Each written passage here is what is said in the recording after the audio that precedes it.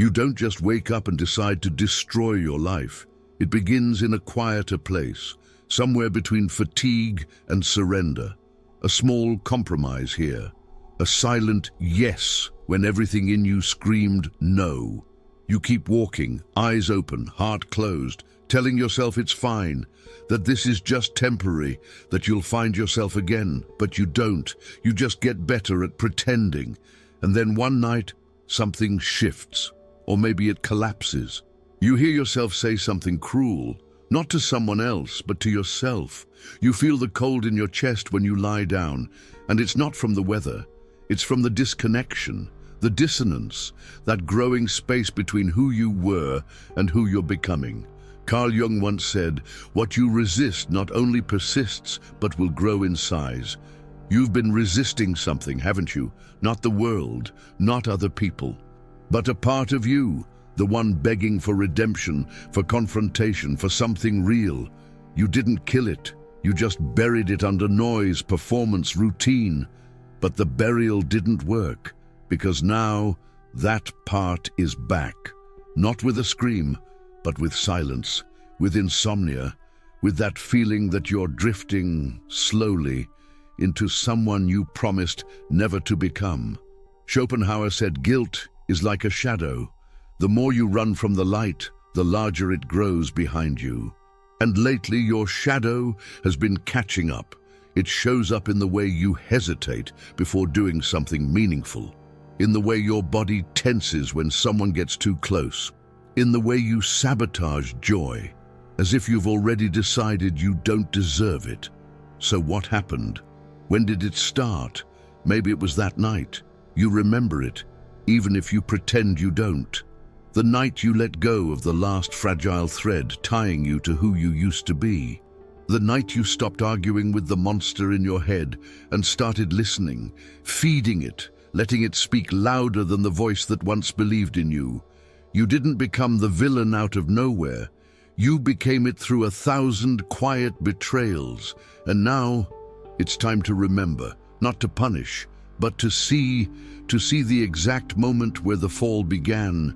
Because if you can name the beginning, you can name the return. The exact moment you chose to betray yourself. It never looks like a betrayal in the beginning. It looks like staying quiet when your soul needed you to scream. Like pretending to be okay when something inside you was already burning to ash. You tell yourself you're being strategic, mature, disciplined, but deep down you feel it. That silent fracture, that invisible line crossed. The heart knew it was wrong, but the mind whispered, "Let it go. It's safer this way." This is the moment most people never notice, because it doesn't come with noise. It comes in whispers. It says, "Tomorrow is better, and you're probably not good enough anyway." It tells you to wait, to shrink, to disappear. You don't betray yourself because you want to lose. You do it because you're terrified that if you try to win, if you really try and still fail, the collapse will be irreversible. So you make a deal with fear. You agree to dim your light just enough to avoid seeing the full. It's safer to become the villain. Not the kind that hurts others, but the kind that cue. And so, little by little, the sabotage becomes familiar. You cancel plans that matter. You stay up too late numbing yourself with distractions. You avoid the things that once made you feel alive, because feeling alive is dangerous when you're convinced you don't deserve it. You become your own executioner, not with a blade, but with delay, with doubt, with the repeated decision to stay small, to play dead, to let the days pass as if they owe you nothing. Eventually, it stops feeling like a decision at all. It becomes identity. The self-betrayal becomes who you are. You wear it like skin. And worse, you defend it, because somewhere along the way, you forgot what it was like to be on your own side. But that moment, the one where the betrayal began, still exists.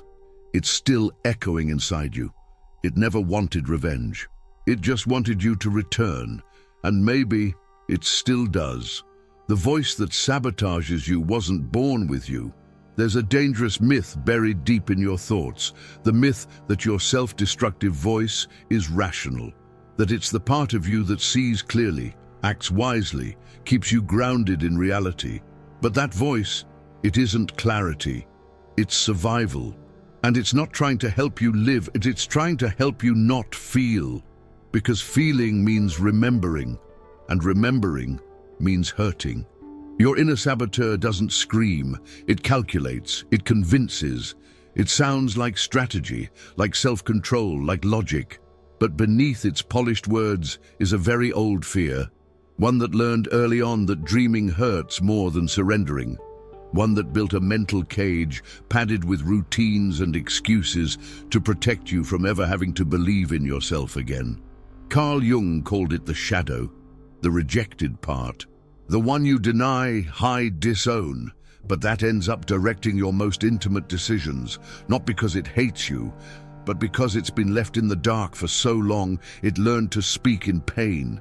So you obey it, silently, automatically. You take fewer risks, you say no before life even asks. You shrink your goals until they no longer scare you. Because safety is more comfortable than hope, especially when hope has betrayed you before. But here's the truth, you're not weak, you're not broken. You're just still living by the emotional logic of a past that taught you not to try. You're following instructions written by fear, disguised as discipline. And that voice, the one that tells you to give up before you begin, it wasn't born with you. It was built, layer by layer, wound by wound, shaped by people who couldn't see your value and by moments where love came with a condition. You didn't choose that voice. But now you have to live with its consequences, unless you begin to hear it for what it really is, a ghost, a memory pretending to be truth. And if you can see that, the spell begins to break, not loudly, not all at once, but enough for you to take a step the voice never wanted you to take, a step towards yourself, the truth you've postponed for years. You fail, you feel guilty, you promise to change, you fail again. And it's not because you don't care. It's because you've become fluent in a language of self-punishment, a cycle that feels like movement but goes nowhere. That tells you if you just feel bad enough, maybe you'll become someone better. But guilt doesn't heal. It repeats. It gives you something to hold on to when hope feels too fragile. It creates the illusion of morality, as if by suffering enough, you can atone for the parts of you that still feel unworthy of peace. A mind addicted to guilt doesn't seek growth. It seeks pain that feels familiar, predictable, safe. Nietzsche said, man suffers more from his imagination than from reality. And you've imagined it all, haven't you? Every version where you mess up, let someone down, waste another day, ruin your one chance. Your mind is a theater of worst-case scenarios, and guilt is the spotlight, always on you, always punishing. But here's the part you've postponed admitting. Your guilt is not a guide, it's a loop.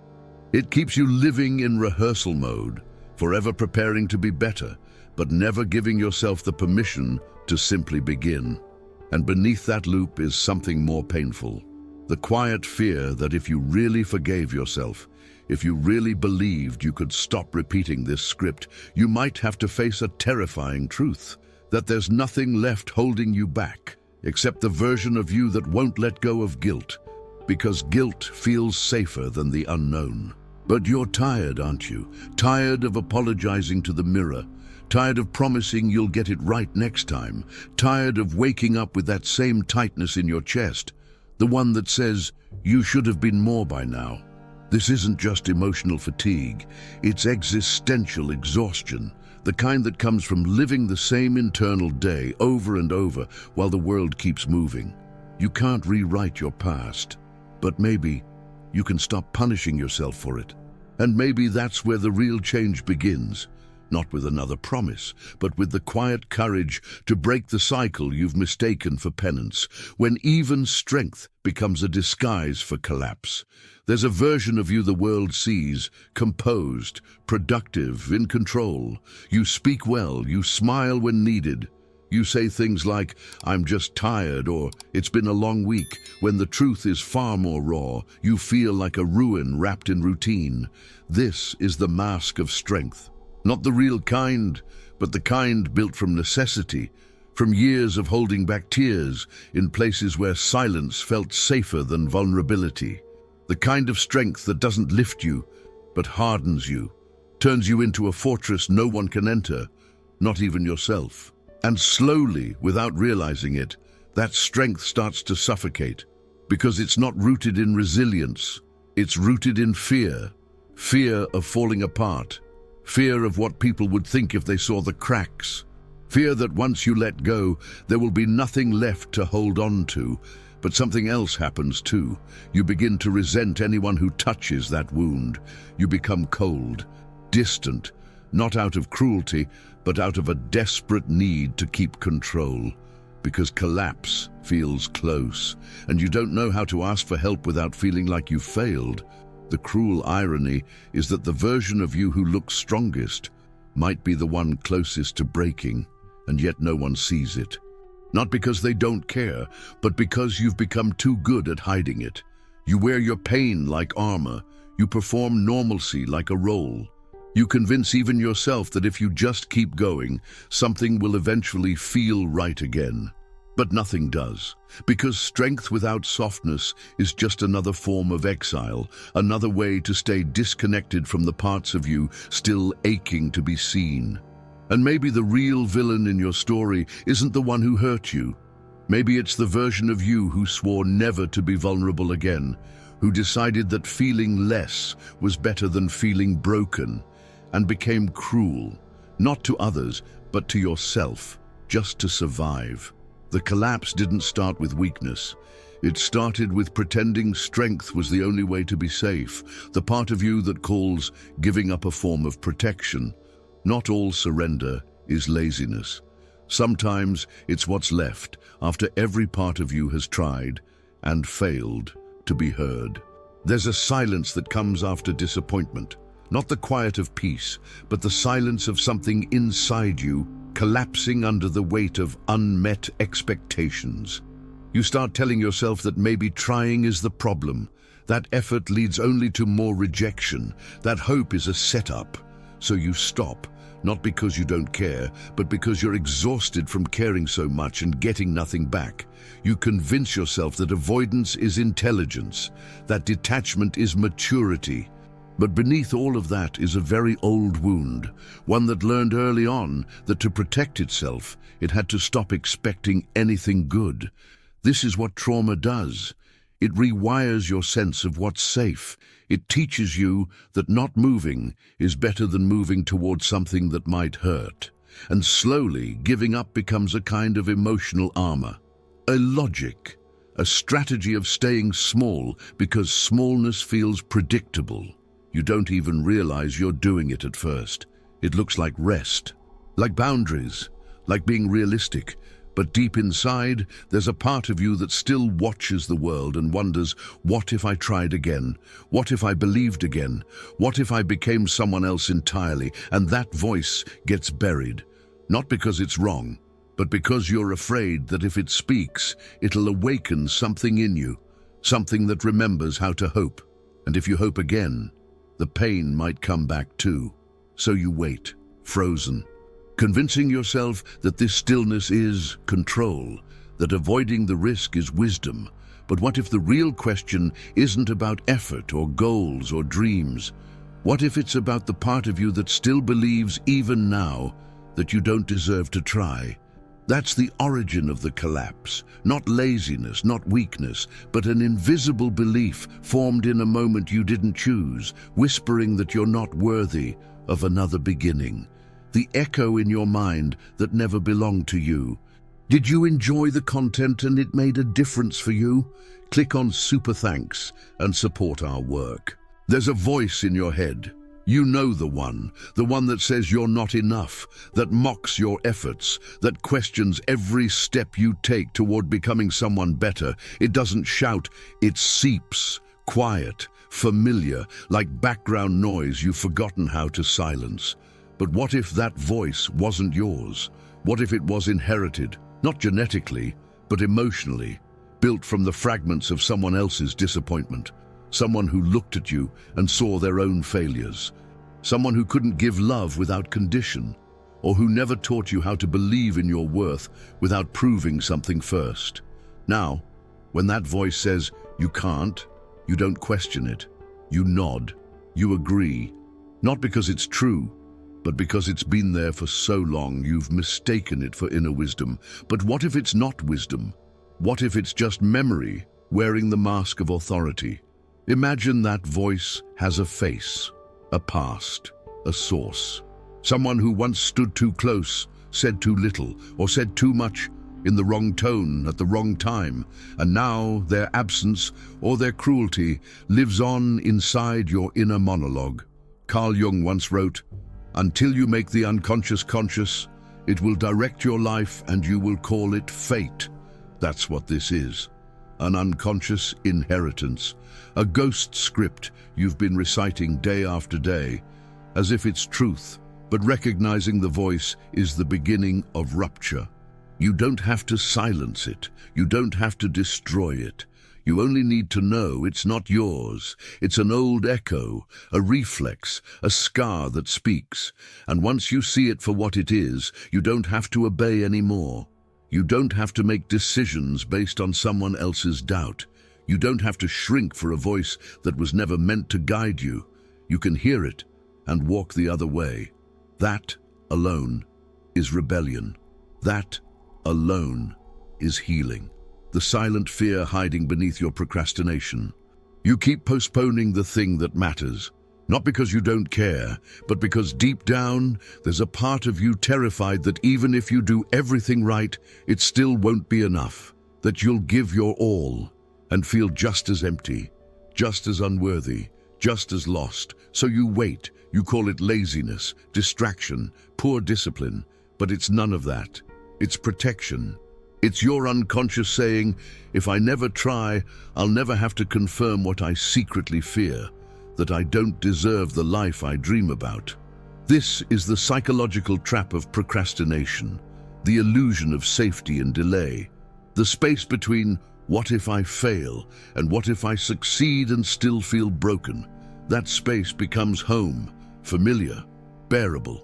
Because stepping out of it would mean facing not just the risk of failure, but the deeper wound, that no achievement will ever silence the voice that says you are not enough. So you put it off, again and again, not because you're weak, but because the deeper risk isn't in the doing, it's in what happens after. When you're left alone with the result, and the result doesn't fix the way you see yourself, that's the bleeding wound beneath the surface. The fear that even if you succeed, you'll still feel like an imposter, like someone who doesn't belong in the life they built. And maybe that's why you haven't started. Not because you're avoiding the task, but because you're avoiding the truth that no task will save you. The wound needs something deeper, not another list, not another goal, but a confrontation with the belief that your worth is conditional. Until that shifts, procrastination will continue to feel safer than progress. Because at least in the waiting, the illusion remains intact. If I really tried, maybe I'd be someone else. But what if you already are, and just haven't dared to believe it yet? The night you stopped running and met your shadow. Carl Jung wrote, "Freedom only becomes possible when the unconscious becomes conscious." And tonight, something is different. The villain inside you, the one who whispered you into silence, who trained you to fail in advance, is no longer a ghost. It has a name now, a tone, a rhythm, a face shaped by every moment you felt abandoned by yourself. You always thought healing would look like light, like clarity, like peace. But maybe healing starts with discomfort, the kind that cracks illusions open.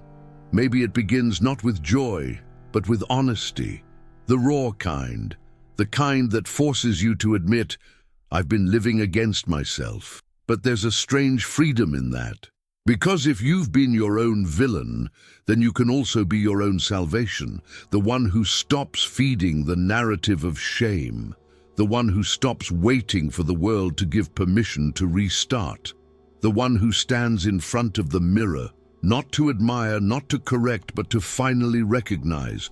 This isn't about defeating your shadow. That idea was never real. You don't win against what you are. You integrate it. You sit with it. You see its origins.